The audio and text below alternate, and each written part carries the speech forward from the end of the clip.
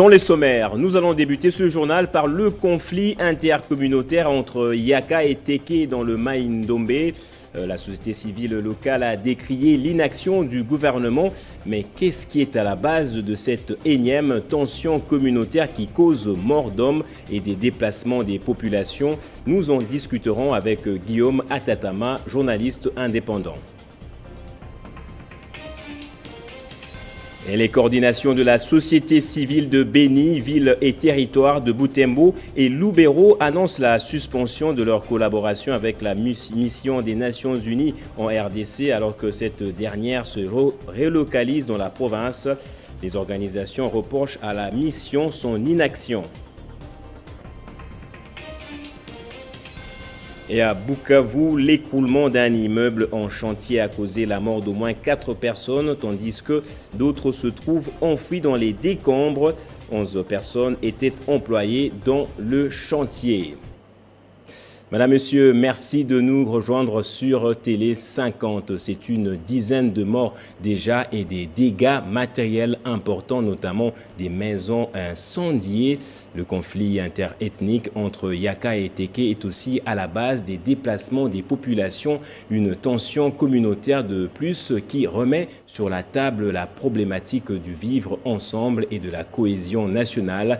Dans ce journal, nous allons tenter de connaître l'origine ou l'élément à la base de ce conflit violent et sanglant avec un journaliste qui revient de ce coin du pays. Guillaume Atatama est avec moi dans ce studio. Bonjour et bienvenue à vous. Bonjour Gaëtan.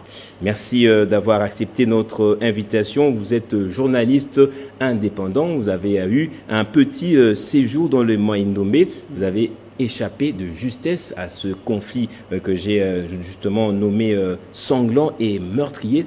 L'opinion veut savoir qu'est-ce qui est à la base de cette tension communautaire.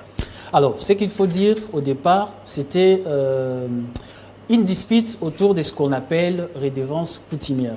Ça veut dire quoi? Ça veut dire tout ce qui sont en train de produire, des exploitants qui occupent des terres dans les territoires des Kwakwamuntu, qui sont en train de produire, sont censés verser une quantité de la production saisonnière auprès des autorités coutumières. C'est comme ça que ça se passe. Alors, à un moment donné, il y a ces gens-là qu'on désigne comme étant des Yaka, qui sont des fermiers, qui ont estimé qu'il y avait un peu d'excès dans l'exigence de cette supposée taxe et ils ont juste refusé de verser leur quote-part de production d'office. Ça créait une dispute entre les fermiers et les chefs de terre. Voilà. Donc c'est tout ce qui a déclenché une mésentente autour d'une redevance coutumière, on peut l'appeler une mésentente, simplement. Et voilà. Ça a débouché à un conflit meurtrier. Ça a débouché... Qui a commencé à attaquer qui? C'est ça le problème aussi. Alors, au départ, c'est très compliqué. Il faut savoir, lorsque vous refusez, vous occupez les terres des gens, vous refusez de verser la redevance, ce sera l'ensemble de la communauté et surtout, précisément, les chefs coutumiers qui vont commencer à lancer des menaces. Donc, pour l'instant, tout ce qu'on peut dire, ce sont les Teke, les chefs coutumiers Teke qui commençaient, parce que quand vous ne payez pas ou vous ne versez pas ces redevances, vous devez depuis exploiter les terres. C'est comme ça que ça se passe. Il s'agit d'une redevance régulière? C'est régulier, c'est reconnu? C'est saisonnière, on peut dire ça comme ça. Donc c'est à chaque saison. Lorsqu'on cultive les maïs, vous devez verser à un moment donné 2-3 sacs. Lorsque vous cultivez les foufous, les maniocs, vous devez verser quelques sacs. S'il s'agit aussi d'huile de palme, on verse une quantité requise. On se met, il n'y a pas une loi qui détermine tout cela. C'est l'accord entre les chefs coutumiers et les exploitants. C'est comme ça. Alors, on se dit également que le Yaka ne se trouve pas dans le Mai-Ndombe. Ils sont plutôt originaires d'une autre province. Les Yaka ne se trouvent pas dans les Mai-Ndombe. Il faut vraiment analyser ce conflit avec beaucoup de délicatesse. Sinon, on risque de créer quelque chose qui n'existe pas. Hein, il pourrait y avoir une animosité entre les Yaka et les Teke. En réalité, dans les territoires, dans les Mai-Ndombe, il n'y a pas de Yaka. Dans les territoires de Kwakwamuntu, c'est pratiquement les Bateke. Les Yaka, on les retrouve plus dans le Congo. Vous voyez? Et entre les Mai-Ndombe et les Kwango, il y a les Kwilu. Donc, les Yaka qui sont venus s'installer dans les Kwamoutou, dans les territoires de Kwamoutou, sont en quelque sorte des fermiers. C'est un groupe de fermiers qui se rebelle et un groupe de fermiers qui aujourd'hui commence à faire mal parce que les attaques ressemblent à ce qu'on observe avec Codeco en Ituri, avec ce qui se passe au niveau de Butembo. Donc, on vient tuer par la machette, on viole, on pille, on détruit les maisons et c'est comme ça. Est-ce qu'actuellement une médiation est possible? Si oui, ce serait laquelle? Une médiation est possible, Ouais. est possible. Mais ce qu'il faut préciser, c'est que les FARDC qui sont allés au départ, c'était un tout petit peu pour une médiation. Ils ont échangé avec la communauté Yaka qui se trouve dans les Maïndombe, dans les territoires de Kwamoutou. Ils ont échangé, mais juste après, quand ils sont revenus, ils ont été tués. Vous comprenez? Donc, il y a la société civile qui renseigne en disant que la communauté avait exigé. Il y a un certain Saddam, on cite des noms, il y a un certain Saddam, je crois, Saddam, Papa Mapassa. Il y a des noms qui sont connus dans les territoires, des gens qui fabriquent d'une part des armes, ce sont certainement des chasseurs.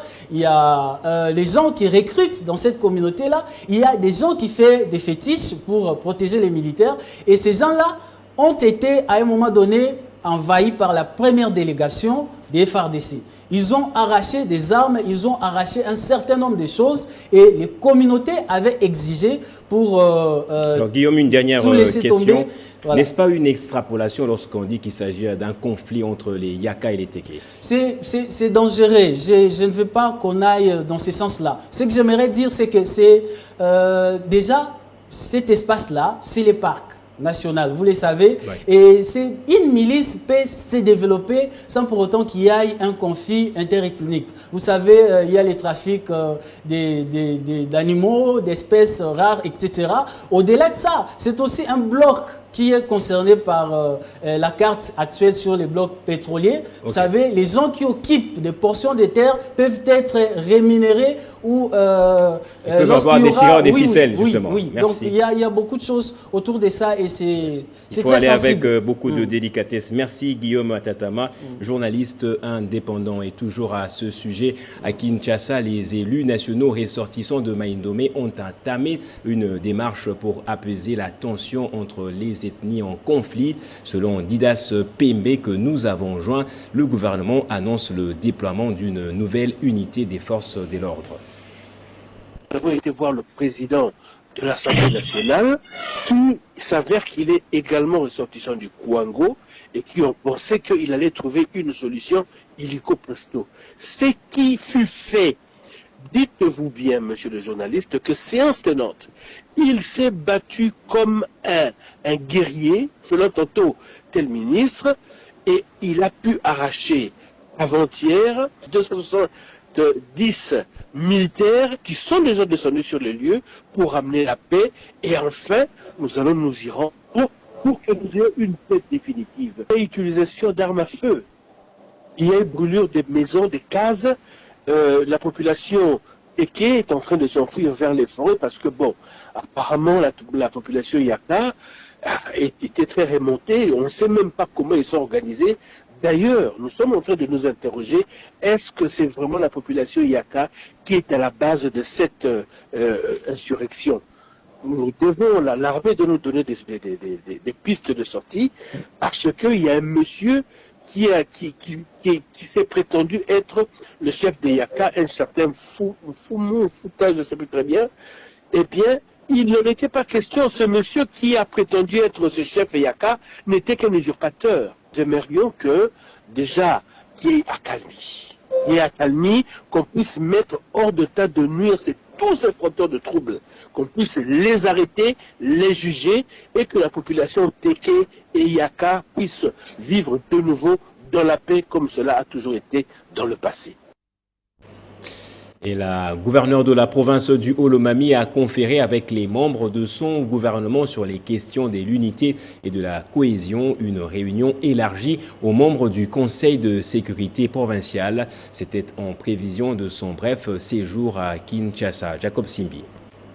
Elle a jugé nécessaire de prendre langue avec tous les membres de son gouvernement. La gouverneure de la province du Haut-Lomami s'est entretenue avec les siens sur la sérénité au travail. C'est en prévision de son bref séjour dans la capitale Kinshasa. La gouverneure a invité tous les ministres de son gouvernement à travailler dans l'unité, sachant que l'objectif de tous est le même, le développement de la province du Haut-Lomami. D'une pierre deux coups, les membres du Conseil de sécurité provinciale ont réussi les mêmes orientations. Le Haut-Lomami, une province hospitalière habituée à la paix, doit garder son caractère, a insisté l'autorité provinciale. Yumba Kalenga Mushimbi Isabelle veut explorer l'externe comme l'interne pour booster les contacts, clés de développement de sa province, a-t-elle souligné depuis l'aérodrome de Kamina avant de s'envoler pour Kinshasa, siège des institutions. Au Lualaba, le gouverneur intérimaire a présidé la double cérémonie de pose de la première pierre de construction des ponts Loudi et Lufura. Ces ouvrages avaient subi une destruction complète lors de la guerre de 80 jours, coupant ainsi depuis plusieurs décennies ce coin au reste de la province. Le programme de développement de 145 territoires initié par le président de la République se matérialise au jour le jour dans la province du Lualaba grâce à la détermination de Fifi Masuka Saini. À la tête d'une forte délégation constituée de quelques députés provinciaux, membres du gouvernement provincial et autres personnalités, la gouverneure intérimaire du Lualaba a procédé dans la soirée de vendredi 20 août 2022 à la pose de la première pierre pour les travaux de construction des deux ponts Loudi et Lufupa à Moussokantanda dans le territoire de Muchacha. Le directeur général de l'entreprise K-Solution Provide, KSP, qui exécute ces travaux, a remercié la patronne de l'exécutif provincial pour le choix porté sur son entreprise afin de matérialiser ces projets de grande envergure. Ces ponts vont relier plusieurs coins de ce territoire longtemps enclavé. Vold Moussevu, ministre de l'Agriculture, faisant l'intérim de son collègue des infrastructures empêchées, a fait mention d'un leadership féminin exceptionnel qui traduit fidèlement la pensée du chef de l'État pour le bonheur du peuple lualabais. Le grand chef Moussokantanda a martelé sur l'adage qui dit « Éduquer une femme, c'est éduquer toute une nation ». Pour l'autorité provinciale, initier ces travaux est la pensée de bonne gouvernance du président Félix Tshisekedi, engagé à doter les Congolais des infrastructures routières, épine dorsale du développement d'une nation. Je focalise mon leadership sur la matérialisation de ces dernières, car sans elles, aucune action de développement ne saurait se réaliser et se pérenniser. Faisant d'une pierre deux coups, Masuka Saini a lancé officiellement les travaux de réhabilitation de la route Moussokantanda.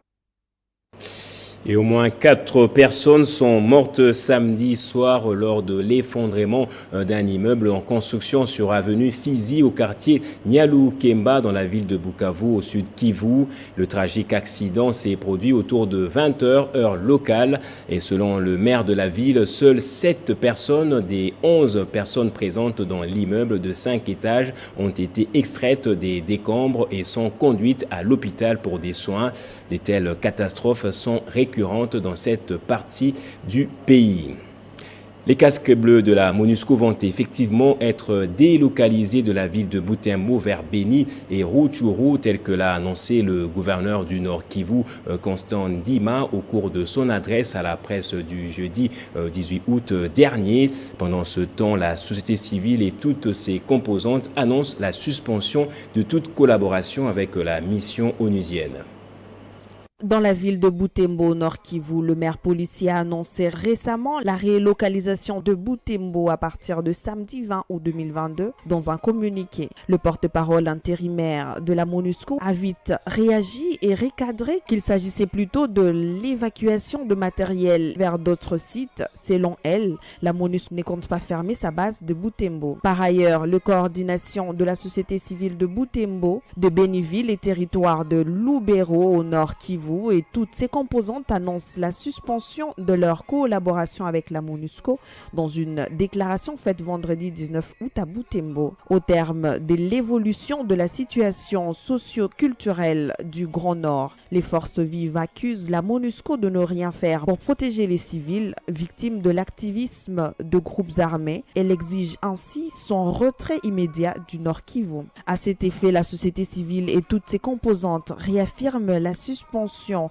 de leur collaboration avec la MONUSCO, a déclaré le président de la société civile de Lubero, Roger Katsongo, lisant le communiqué conjoint de coordination. Les forces vives déplorent la mort de 17 personnes et 56 cas de blessés dans de manifestations anti-MONUSCO à Kanyabayonga, Butembo et Kasindi. Et entrepreneuriat des jeunes, socle du développement durable était le thème abordé ce dimanche au cours d'une conférence scientifique animée par le président honoraire de la CENI, Corneille Nangaa, organisée par les jeunes notables de la Grande Orientale. Cette conférence a connu la participation de plusieurs acteurs politiques. Bannir la peur, avoir de la vision, entreprendre et créer de la richesse, autant d'éléments clés prononcés par l'orateur du jour, l'ancien président de la CENI, Corneille Nangaa, pour susciter la jeunesse de la Grande Orientale de l'entrepreneuriat au cours d'une conférence. L'entrepreneuriat, c'est la création des richesses. Le problème le plus important que nous avons dans les pays, c'est la pauvreté. L'ennemi numéro 1 que nous avons dans les pays, c'est la pauvreté. Il faut créer la richesse. La richesse se crée non pas par des experts, la richesse se crée non pas par l'assistance internationale soit-elle, la richesse se crée par l'entreprise. Très convaincant dans son discours, lui aussi vis-à-vis de jeunes de la Grande Orientale, le patriarche Aoutsaya Asenga trouve en ces derniers un modèle de leadership responsable pour leur contrée. Le président de la JNGO, de son côté, a pensé que c'est une cérémonie qui s'inscrit dans le cadre de l'unité, gage du développement de la Grande Orientale. Dans notre pays, nous devons déjà muter vers l'entrepreneuriat.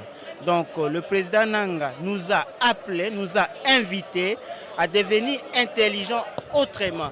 C'est-à-dire nous devons maintenant être dans la création. Saluant l'initiative des organisateurs, Corneille Nangaa a ensuite sollicité l'engagement de toute la jeunesse de la Grande Orientale à la création de la richesse afin de préparer un avenir meilleur pour la RDC.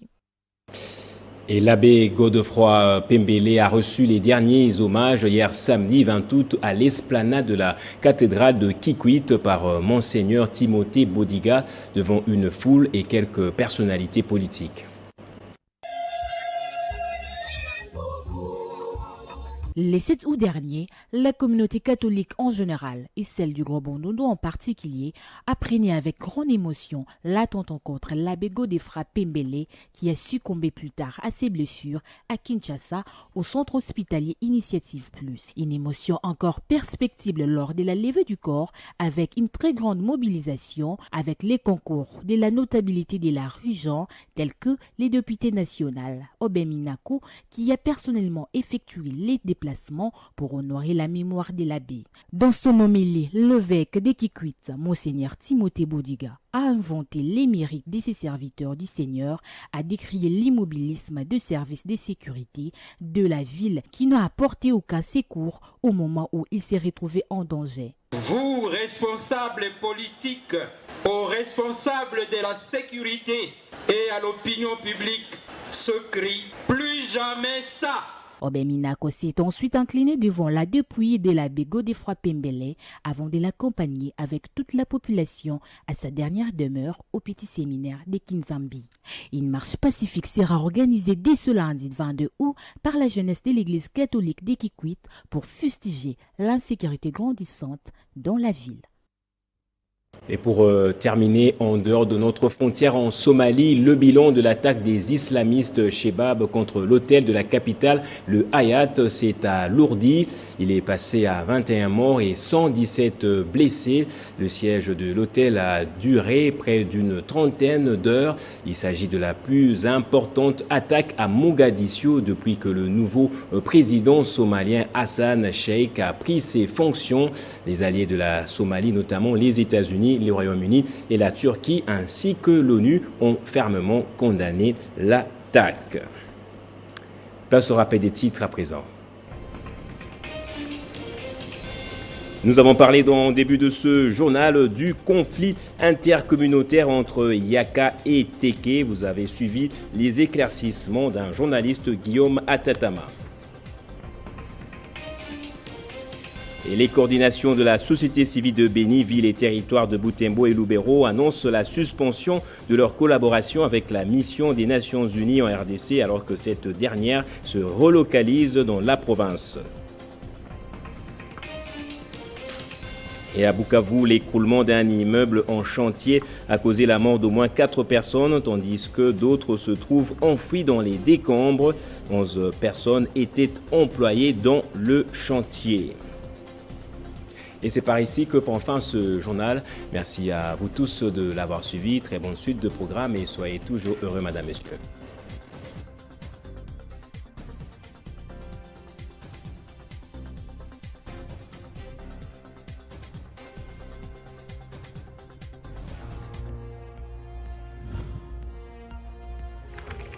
L'actualité reste incontinue.